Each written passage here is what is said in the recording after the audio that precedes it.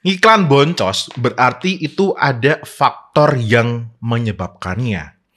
Tapi kabar buruknya, seringkali faktor penyebabnya itu kamu itu tidak menyadarinya. Atau sudah menyadari, tapi nggak mau menelan pil pahitnya. Nah, di video kali ini, aku mau share ke kalian ya, pengalaman aku itu ngebedah, menganalisa, dan melayani konsultasi klien-klien aku yang iklannya itu ada yang terselamatkan dari yang dulunya boncos atau nggak profit gitu, ataupun mereka yang iklannya itu nggak terselamatkan. Nah, ini aku spill sedikit ya, yang bikin boncos nggak perform iklan kalian tuh bukan semata-mata karena dashboard kamu. Dan nantinya faktor yang keempat, ini faktor yang seringkali orang-orang itu nggak menyadarinya.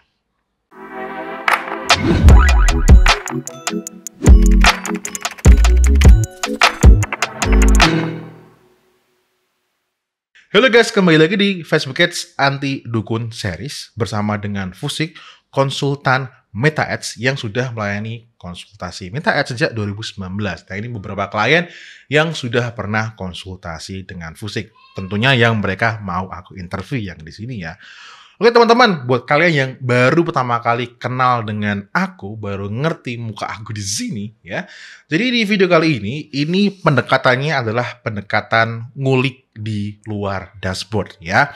Kenapa? Karena hanya dengan ngulik di luar dashboard seperti produk, konten iklan, yang lain-lain di luar dashboard, itulah yang membuat iklan kalian itu menjadi lebih oke. Jadi bukan dari ngutak-ngutik dashboardnya, dengan catatan teknis kalian itu sudah oke.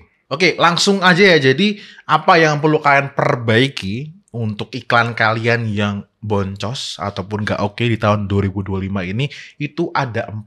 Nah, ini aku mulai dulu dari yang faktor yang pertama. Faktor pertama yang menjadikan iklan kamu itu boncos, gak oke di tahun 2025 itu adalah ya karena kamu tidak memastikan bahwa data iklan kamu itu akurat. Loh, apa hubungannya, Mas?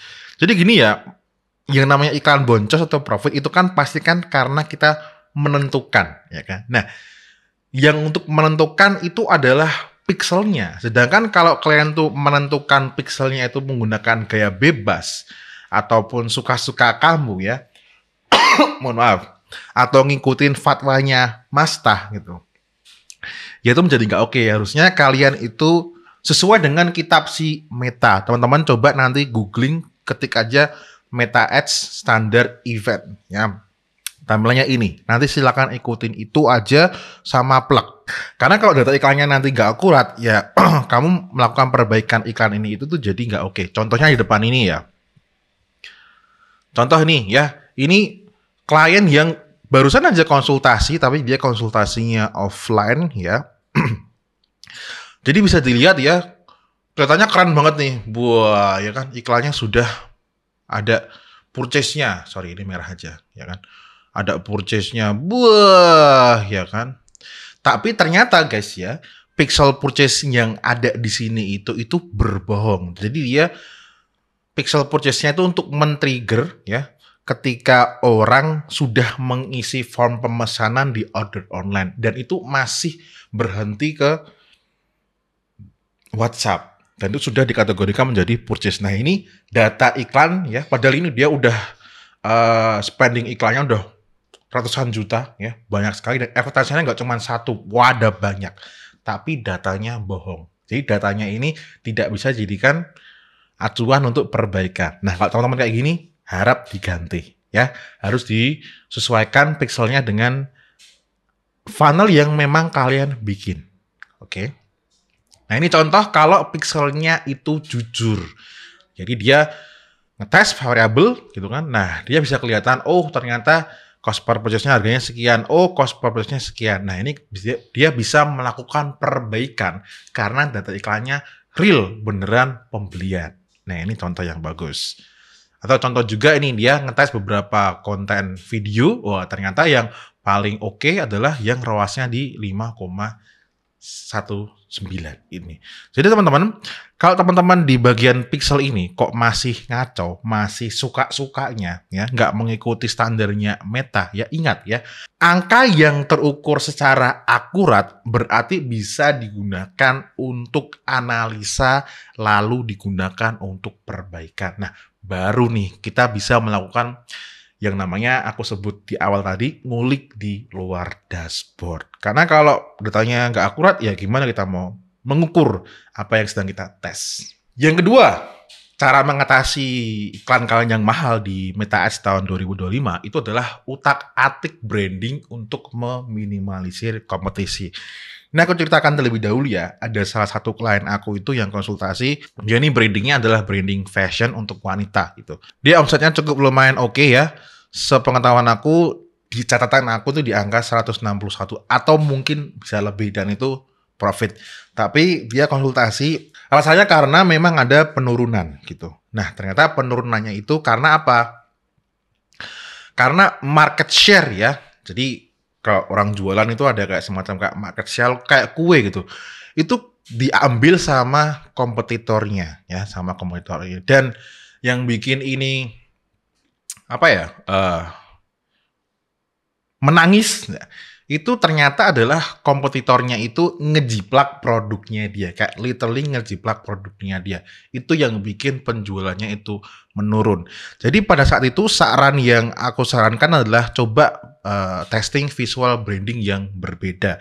Kalau selama ini dia menggunakan talent yang berkerudung gitu, coba menggunakan talent yang misal Chinese atau mungkin yang tampilannya pokoknya yang nggak pakai berkerudung misalnya gitu, supaya bisa menarik orang-orang yang nggak pakai hijab misalnya seperti itu. Tapi itu dia udah melakukan beberapa konten iklan ya pada saat itu, tapi hasilnya memang belum juga terlihat hasilnya. Jadi memang saran yang paling masuk akal adalah bikin produk baru ya, karena produk yang dulu itu udah saturated gitu.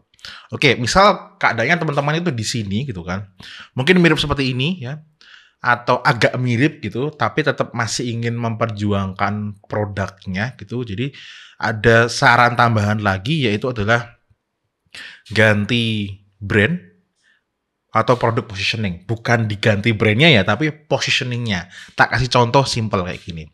Misal teman-teman di sini itu menjual baju gamis secara umum gitu kan.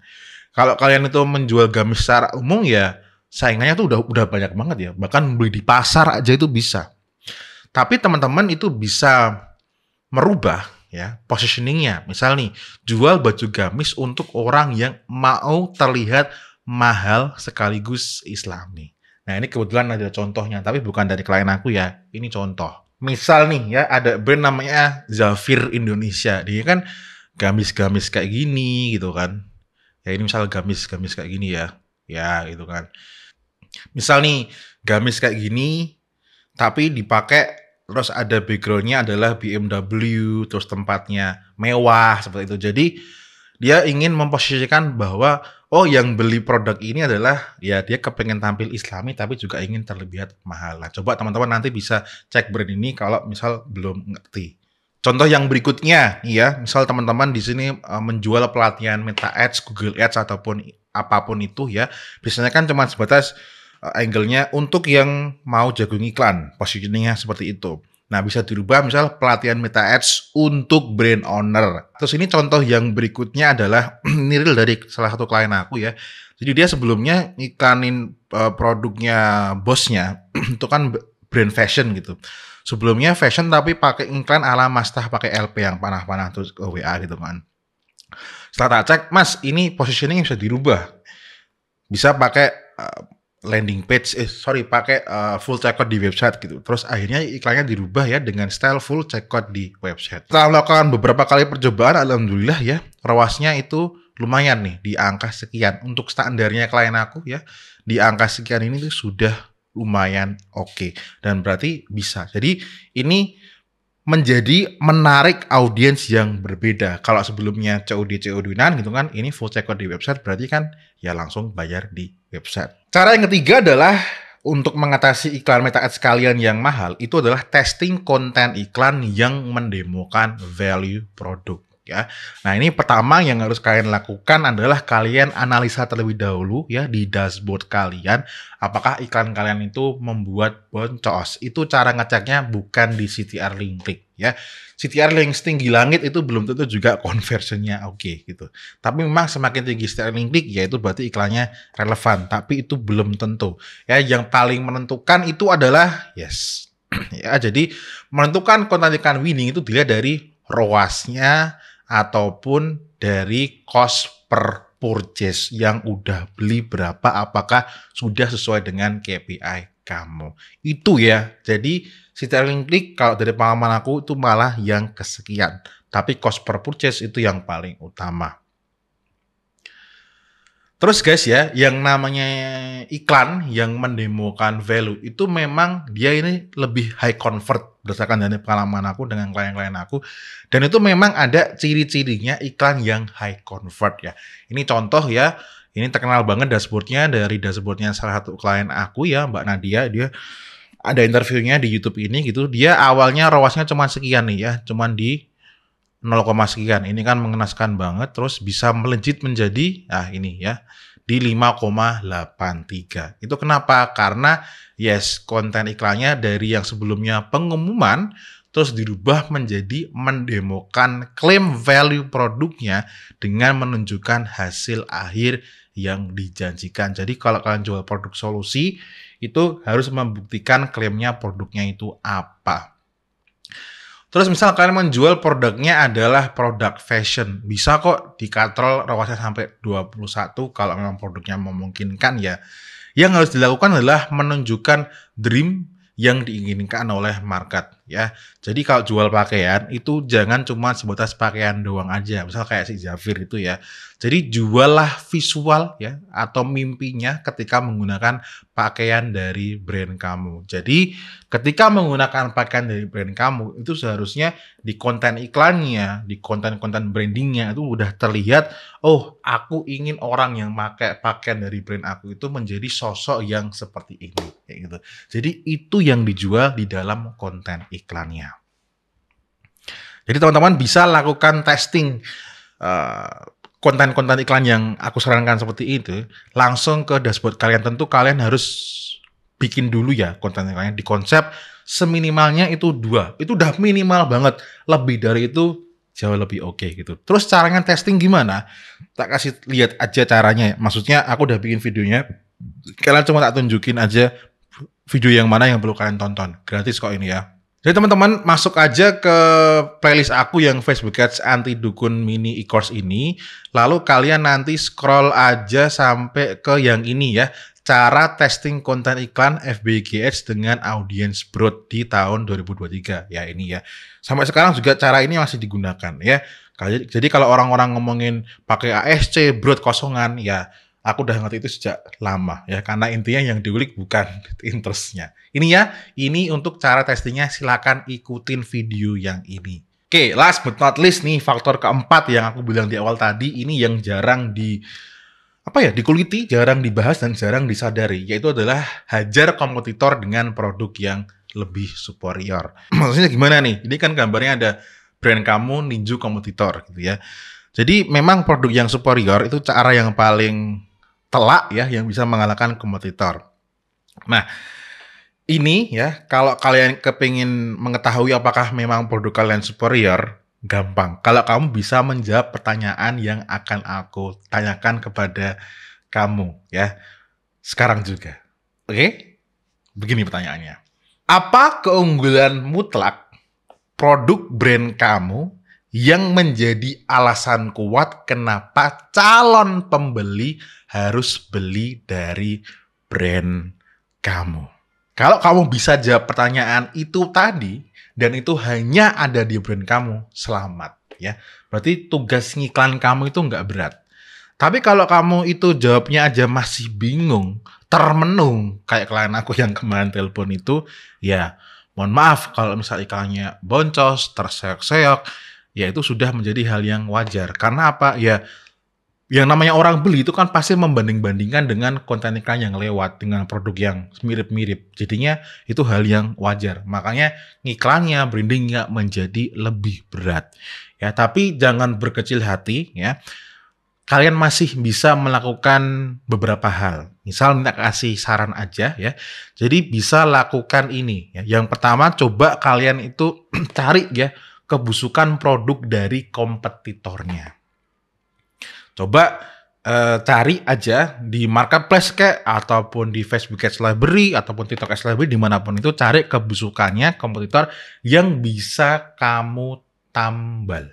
Ya, jadi produk kamu itu bisa menjadi alternatif ataupun solusi dari kebusukannya produk kompetitor itu ya. Itu ceknya dari review-reviewnya itu juga bisa kalian cek begitu.